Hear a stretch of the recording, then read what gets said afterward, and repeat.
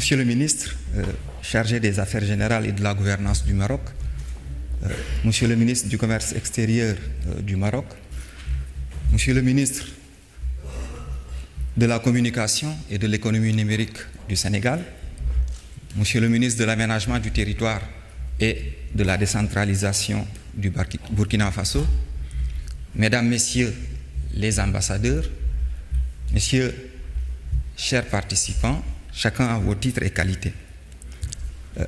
L'Alliance pour refonder la gouvernance en Afrique a pris en 2010 l'initiative de prendre date avec l'histoire.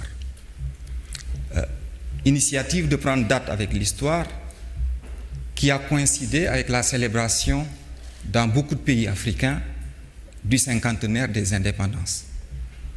Nous avons estimé au sein de notre alliance qu'il était nécessaire de rendre hommage à ceux qui avaient lutté pour l'indépendance de notre continent. Nous avons estimé qu'il était nécessaire de faire le bilan de 50 ans de trajectoire d'indépendance de nos États, mais nous avons surtout estimé qu'il était temps que l'Afrique réfléchisse sur son avenir. Parce que, par quelque bout que l'on prenne ce bilan, la seule conclusion à laquelle on peut aboutir, malgré tous les efforts qui ont été faits, malgré tous les progrès qui ont été accomplis par nos États, la seule conclusion à laquelle on pouvait aboutir, c'est que l'Afrique n'avait pas encore pris son destin en main. L'Alliance, donc, a décidé de prendre date avec l'histoire et a choisi d'anticiper sur le centenaire symbolique des indépendances. Et nous avons lancé cette initiative Afrique Horizon 2060 en nous disant, lorsque en 2060, nos fils, nos petits-fils parfois, célébreront le centenaire des indépendances, il faudra qu'ils disent à ce moment-là que l'Afrique a réellement pris son destin en main. L'initiative de l'Alliance pour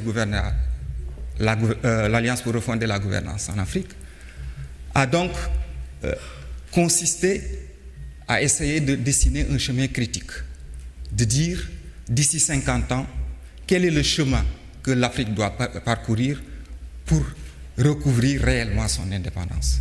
Ce chemin, nous l'avons tracé pour nous à partir de 3 points clés pour le devenir de notre continent.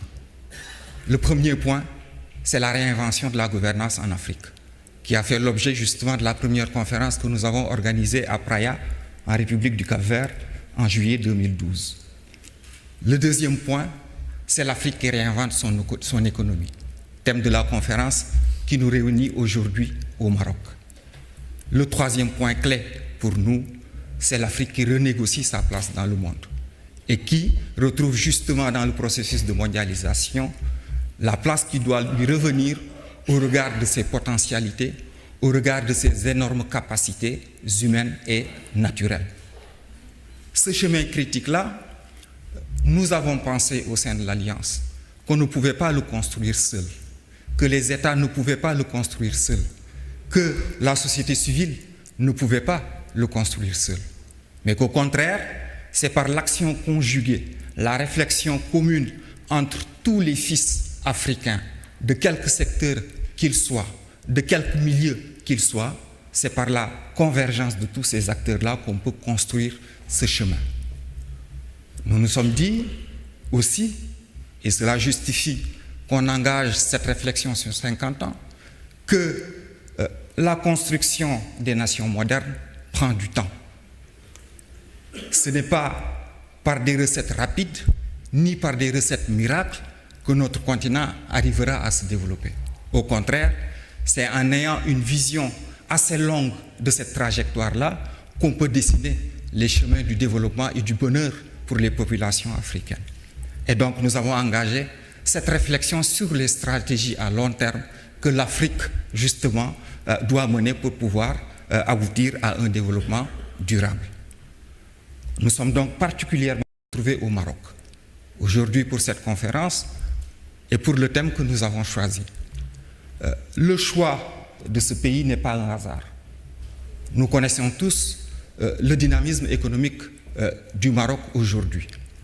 Nous connaissons tous la volonté de Sa Majesté le roi Mohamed VI de développer les relations entre le Maroc et le reste de l'Afrique. Ces récentes tournées sur le continent africain, je crois, en témoignent aisément. Mais nous connaissons tous aussi la position géostratégique du Maroc qui constitue un lien fort entre le continent africain et cette région méditerranéenne. Et donc nous avons choisi le Maroc aussi pour ces raisons-là. Je dois avouer que nous n'avons pas regretté notre choix.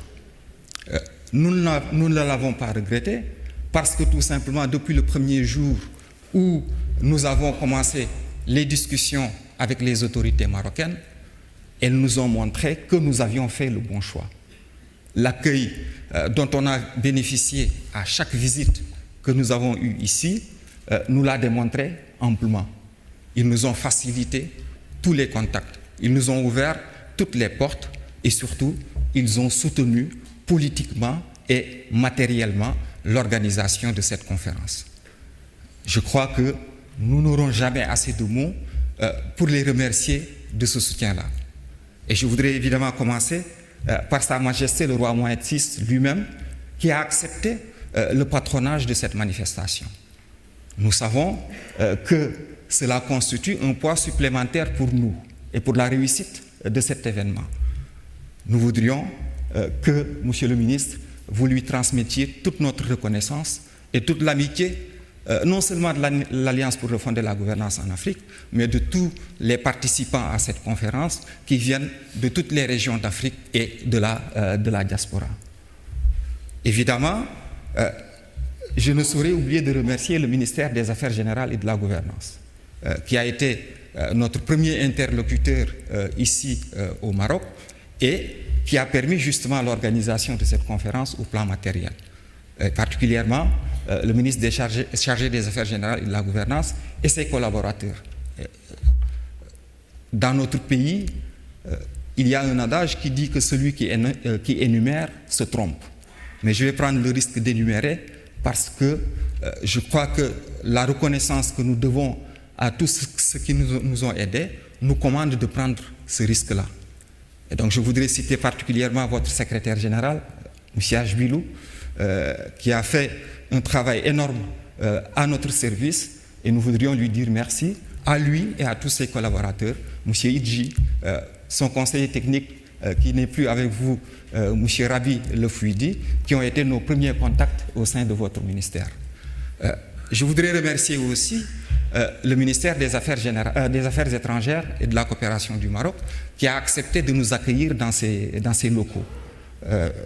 Ces beaux locaux, je pense, nous ne pourrions les trouver ailleurs et nous avons ici toute l'infrastructure nécessaire pour tenir nos travaux et pouvoir les réussir.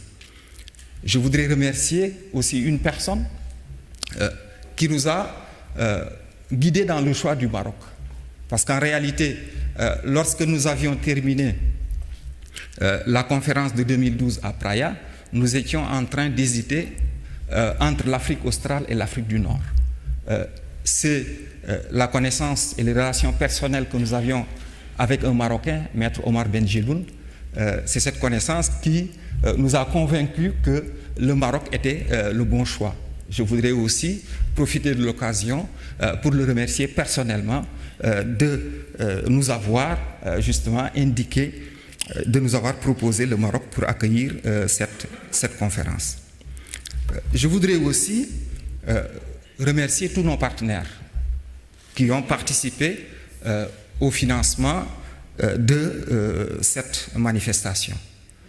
Au premier rang, évidemment, je citerai la Fondation Charles-Léopold Mayer pour le progrès de l'homme, qui est notre partenaire traditionnel, dont le président est ici présent, et qui nous a soutenus depuis la création de l'Alliance pour refonder la gouvernance au début des années 2000. Nous lui devons un grand merci parce que le chemin qu'on a parcouru ensemble depuis 13 ans nous montre aussi que nous ne nous sommes pas trompés sur la manière dont nous avons abordé les questions de gouvernance en Afrique. Encore une fois, grand merci, M. Pierre Kala. Nous remercions des partenaires qui ont été présents à Praia et qui nous ont aussi soutenus à l'occasion de cette deuxième conférence. Je veux citer l'African Innovation Foundation, la Fondation pour l'innovation en Afrique, fondation qui est en Suisse, constituée de personnes originaires de l'Afrique et d'Européens qui se sont investis sur le développement de l'innovation en Afrique et qui ont accepté de financer aussi bien la première conférence que cette deuxième conférence.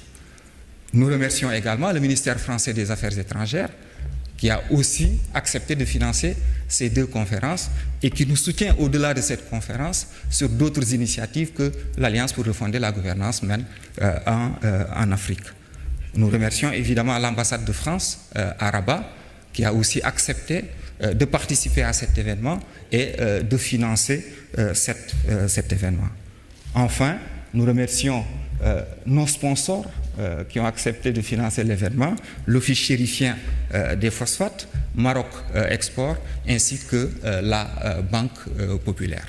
Donc sans tous ces partenaires, cette conférence, évidemment, n'aurait pas pu se tenir.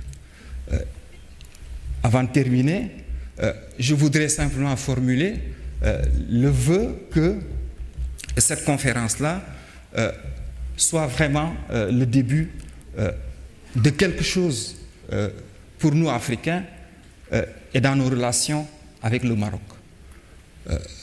Nous pensons